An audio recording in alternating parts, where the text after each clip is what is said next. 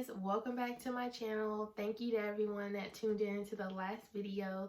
So as I said in my last video, I'm going to do a three-part video about my labor and delivery. So where we left off is I'm 40 weeks pregnant. It's my due date, which is March 24th, and my doctor at this point has scheduled me for an induction on Sunday. Okay, so I'm disappointed. I'm almost in tears. My wife's just like, calm down, it's okay, just let her finish cooking. And I'm just like, I'm in pain. I'm like, it's a lot being pregnant at this point. I just want to meet our daughter. Like, my mom's here, we're all waiting. Like, why am I not dilating? So we go home and we both she really looked it up. I looked up some, but I didn't find any good ones. So I used the ones she looked up. And so she finds like this pregnancy yoga. I'm walking up and down the steps multiple times a day. I'm walking outside in our yard and up and down our driveway because our driveway has an incline.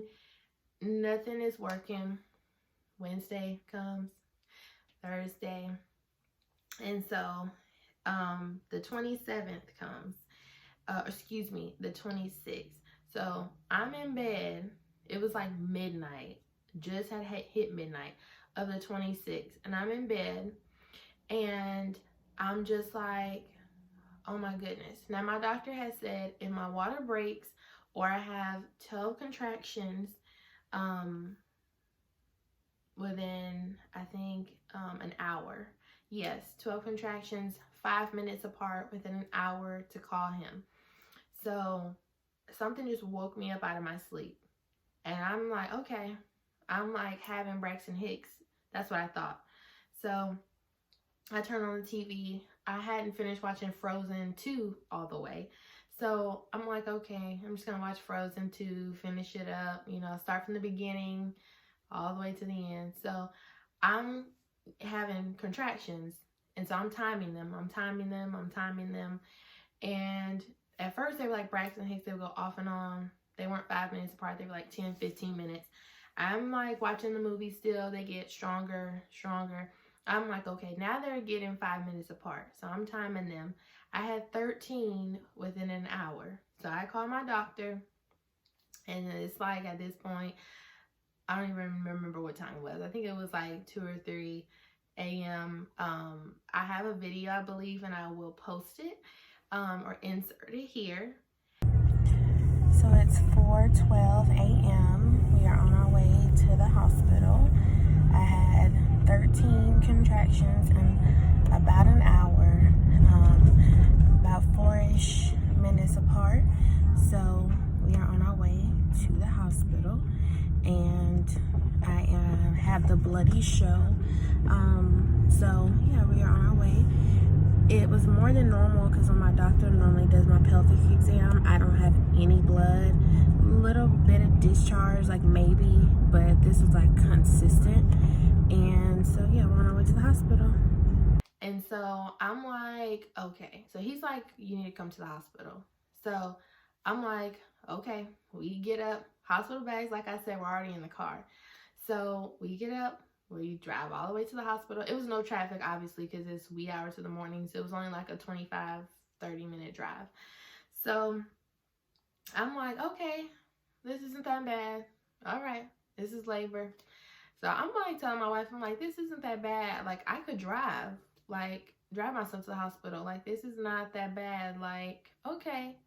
So we get there, they check me in, they give us bracelets, and this is kind of like now at the height or beginning of everything of the corona. So Olivia was the only person that was able to be with me. So I was kind of hurting, but it wasn't like unbearable or anything like that. So they check me in, take me in the back. They're like these little waiting rooms. They're like a individual. They have like 4 or 5 of them back there. And it's just basically a hospital bed and a support person chair.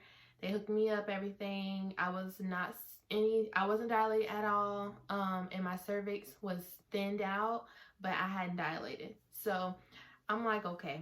So they keep me to see if I'm gonna progress. And we didn't progress at all. Like, I didn't dilate. And I'm like, okay, what the hell? what's going on, because on the meter you can see your contractions, and so I'm seeing the spikes, and my wife and I are looking, and I'm contracting like crazy, but for some reason I was not dilating. So we got discharged at like I think it was 7:30, 8 o'clock that morning. And so, you know, I let my boss know, and I got online as soon as I got home. I'm disappointed and pissed off because I'm like, I know, and by the chart and the doctor and nurse, I'm having contractions, but they couldn't keep me because I was not dilating. So I'm like, okay, whatever. We go home. That was that Thursday. So that was, like I said, 8 o'clock ish that morning, we got discharged. I come home, I work my full 8 hours. I'm still chilling. The next day is the 27th, that Friday. I got up that morning, you guys, and mind you, between my due date, which is that Tuesday, and Friday, I have like the apps on my phone, like I had told you in my previous videos, and it said be on the lookout for like the bloody show, is what they call it. You guys, it's a little bit graphic, so if you want to skip ahead or if you really want to know, stay tuned. It's called the bloody show, which is like a light period, and I hadn't had any bleeding my entire pregnancy, like no spotting, nothing. So I don't remember exactly which day it came on, but between Tuesday and Friday I had the bloody show. So I'm like, okay. So they said first is like the bloody show, then comes your mucus plug. That is telling you that like you're about to go into labor. So I'm like, okay, the bloody show comes. All right. Then on top of that, my mucus plug fell out. So I'm like, oh my gosh, you guys. Whew, when I tell y'all, I've like read, and some of my girlfriends have told me like it has like a foul odor, like it stinks. That is so true. Like I almost could gag. I will remember that smell forever. And oh my gosh, it's like I'm not gonna post a picture because it's too graphic. I do have the picture, but it's for myself, because I'm just weird like that, and I like to remember these type of things so I can share with our daughter. But it is very graphic, so I will not post it. But it's just like the pictures show you when you Google, it is like that. And it's very gooey and like gunky and has just a foul odor. And it's not, well, for me, it wasn't just like the one strain, it kept on coming out. So like it just kept on until all of it was out of my system. Oh my gosh, you guys, I'm seriously gonna throw up. I think I can gag thinking about it. So I'm like, okay, I think my mucus plug came out like that Thursday. So I'm like, all right, the bloody show's come. My mucus plug has fell out. Now the next only thing I'm waiting on is my water to break at this point.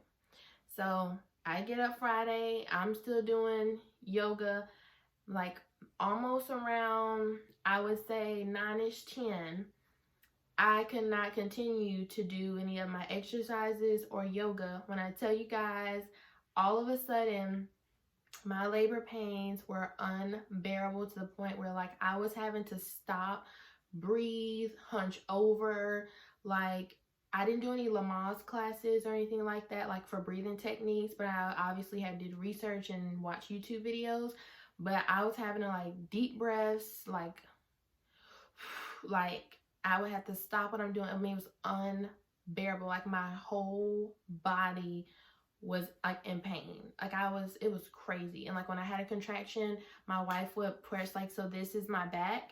My wife would put her palm, her whole hand right against my back because it would make my back also just go crazy. And so she's helping me breathe and hold her hand to the back of my back, like on my the lower part of my back. It was so crazy. And so I'm just like, oh my gosh. So I'm like, I know myself. These are different contractions from the ones yesterday. So I'm like, okay, I think I'm in labor, but I'm like, I don't want to have to go back to the hospital and they send me home, because if I go to the hospital like this, I'm not going back home. So I'm like, we're just going to wait. So I wasn't able to do any more exercises, walk. Like, I was literally on my couch and on my medicine ball doing work. Now, mind you, I am still working, and I'm like actively answering emails, finishing up things. That was going to be my official like last day before I went on maternity leave, because I was scheduled for my induction that Sunday. So the baby would have been here by Monday. So I'm wrapping up things, putting on my automatic response, letting people know I'm about to be on maternity leave effective 4:30 that day. I had to meet up with one of my coworkers to give her back my laptop. So I take my lunch at around like 12:30ish, 1. It's an hour lunch, and it's getting worse, like worse. And I'm like, okay, I think I'm in labor. So I shower and get ready on my lunch. And I was supposed to meet up with my coworker like at like 4:15ish, 4:30 to give her back my laptop, but I had to take it to the office. So me and my wife is gonna drive me, and so I told my wife, I'm like, we need to go to the hospital. Like, I cannot stay home like this. Like, this is unbearable. And she could see. I was like, we're going to the hospital. I don't know what else to do. So we call my doctor and we tell him everything that's going on. I'm having contractions now. Within the hour, I've had 12, and they're like 3 to 5 minutes apart. He's like, come to the hospital. So literally on our way to the hospital, we stopped by my job, which was only like 10-ish minutes away from the hospital, drop off the laptop, and we go to the hospital. We got to the hospital on the 27th around like 4:30, 5 o'clock that evening. They put me in the same exact little area, but this time, I mean, it was crazy. Like, we got the best parking spot. It was right by the door, and I'm like having to stop. I'm holding on to my wife. Our hospital bags are in the car, but we didn't take them upstairs. And I'm having to stop and breathe, and like I was in so much pain. Like, I could barely sign myself in. And then, like, the lady's like, obviously because of COVID-19, you have to take your temperature before you even go back. And I'm just looking at her like, you want to take my temperature? Like, I am in labor, lady. But they wind up putting it in my mouth, and I'm just like, like, I'm just, and so they could see. So they get me back there quickly. So we had this awesome nurse. She was a Black nurse. Oh my gosh, she was so nice. And so she's like, oh my gosh, I think she could tell like I was in like active labor.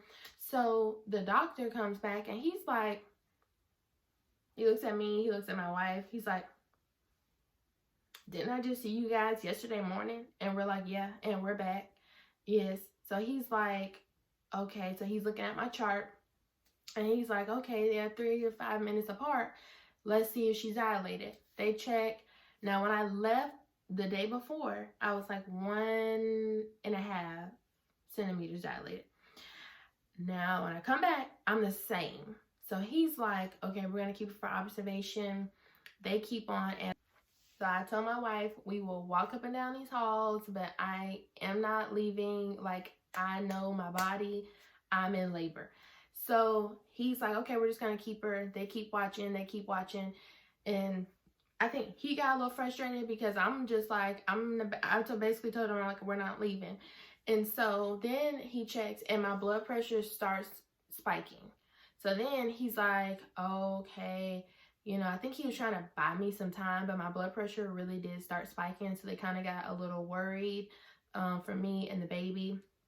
So he's like, we're going to keep her for observation because she's in active labor, but for some reason she's not dilating.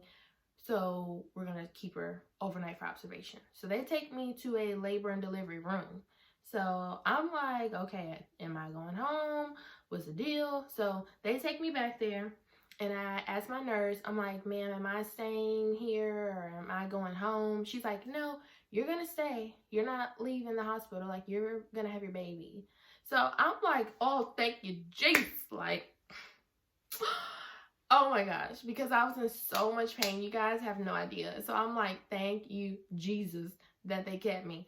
So at this point, it's like 10 o'clock, 11 o'clock at night. We get into the room. Olivia goes to get our hospital bags. We get settled in the room. They have me hooked up to the monitor. I'm contracting like crazy. So I'm like, ma'am, I need an epidural, my pain meds. She's like, are you going natural, sweetheart? I'm like, girl, hell no. Give me my medicine. Like, I need something now. So, but I was really calm. Like, I'm thinking that in my head, you guys, but I was so calm. I was just like, no, ma'am. I need an epidural or some pain medicine. Like, I was so calm, but in my head, I'm thinking all type of crazy stuff. And so she's like, well, we can't give you your epidural because you're not 5 centimeters, so we can give you something else. Y'all, I don't know what she gave me, but oh my gosh. So it was something in my IV. Now, they put a hand IV, which I will put a picture of. Y'all, that was about the worst part of labor. It hurt so bad. And then it didn't help that the nurse was like, when she's trying to find my vein, she was going to do it like up here in my arm. And she's like, have you been drinking your water? And my wife was on me my entire pregnancy about water. And especially like my 3rd trimester, I was not great at it. So the first thing my wife's like, look up there. If you would drink your water, you could have got your IV in your arm. So I'm just like, oh my gosh, here she goes. And so they had to put it right here in my hand, which I still have the little scar. It hurt so bad. And then like, because obviously you have this little flex point, anytime I flex my arm, it just sent shock waves through it hurt so bad. I kept telling my wife, I'm like, why do they have to have this here? Like, I was pissed off about it in my head. But I'm like, oh well, it's no other way they can put it because I didn't drink my water. It's my fault. So it just is what it is. And so I'm like, okay. So they get everything situated. She gives me my pain medicine. I don't know what she gave me in the IV, y'all, but when I tell y'all, I remember her giving it to me, and then you can feel it. Every time they put something in the IV, it comes through your hand and stuff. Oh my gosh, it just had a burning sensation. Oh, it hurt so, I could cry. It hurt so bad, you guys. I seriously could cry. I can feel it talking about it. And so I remember her administering it, and then the next thing I remember, I was out like a light.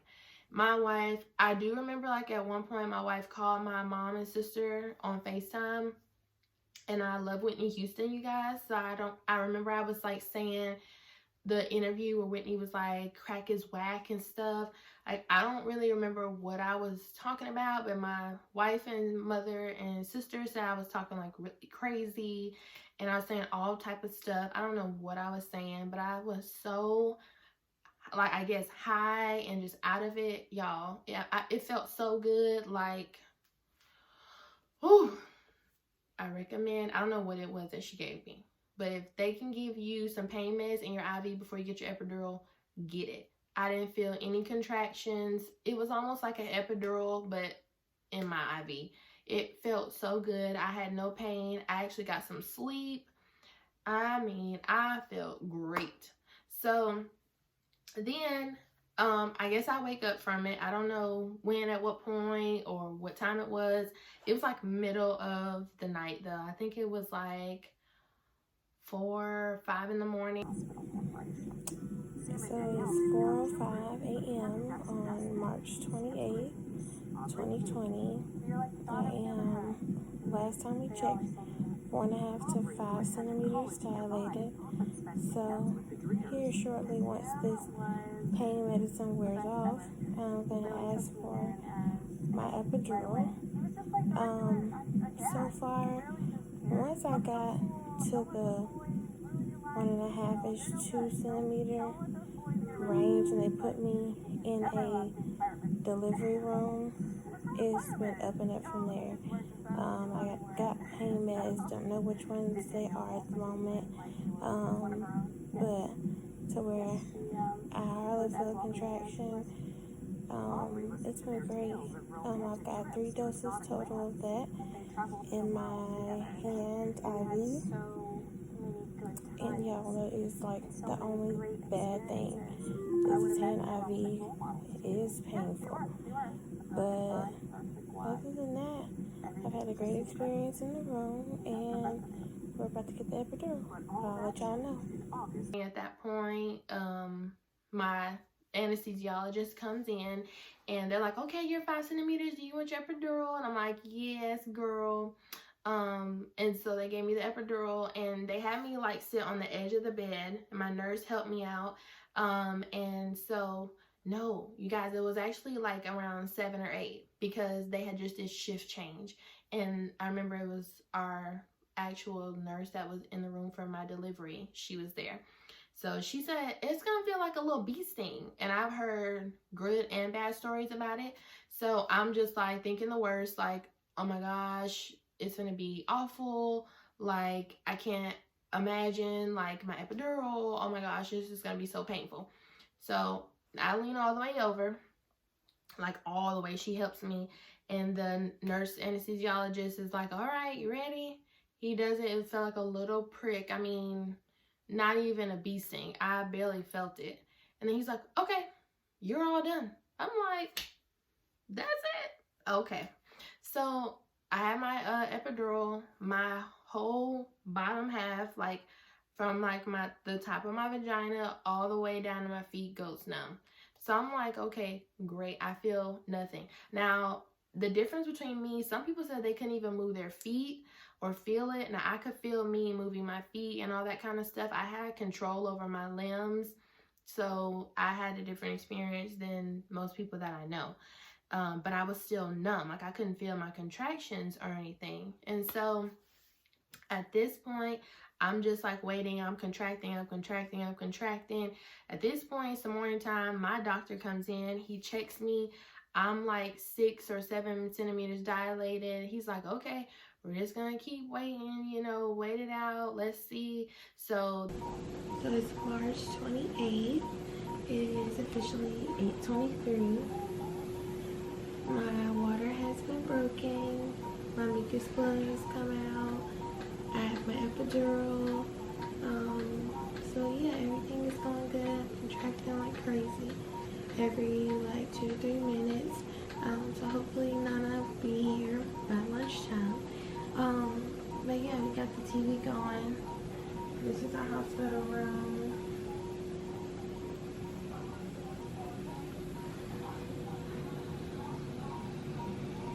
Show them or show me, baby.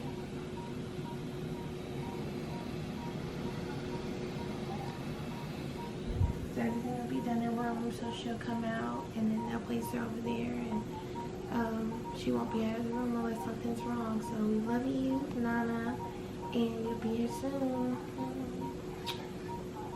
They have like this like peanut shape. It's like a medicine ball, but it's peanut shaped. So they put it like in, they have you open your legs like a scissor. They put it in between your legs and it's supposed to like help with the contractions. So like I did it on my left side, then my right side, and then I kind of took a break. After I get my epidural, I cannot get out of the bed. And they also had to give me a catheter so that I could use the bathroom because I obviously didn't have any control. So I was good. So then it gets to the point I'm like hitting 8. Now when I hit like 8 centimeters, I could feel on my right side my contractions kind of. So I'm thinking like, oh, this ain't working. So I kind of get like a little button and got like a re-up. I can still kind of feel it, but it was very bearable. And so I get to 9 centimeters. They call my doctor and he's like, all right, we're getting there. Like, it's almost time for you to start pushing. So then he comes in. I'm 10 at this point. I'm like, oh, it's finna get real. So that is the end of part 1. So that is everything leading all the way up until it is time for me to push and actually deliver our baby girl. So I did everything like pre-labor and me in active labor. And then I'm gonna do a part 2 of me actually delivering, me getting in our postpartum room and our hospital stay. And then part 3 is gonna be about postpartum and us coming home. Thank you guys so much again. If you have anything you want me to talk about, go to my social media pages and message me or write me or comment below. Don't forget to subscribe. I have so much more mommy stuff coming up. I'm going to do a nursery tour, what we use in our hospital bags, things that we're using at home for our newborn, and of course introducing you guys to her. So stay tuned. I love you guys so much.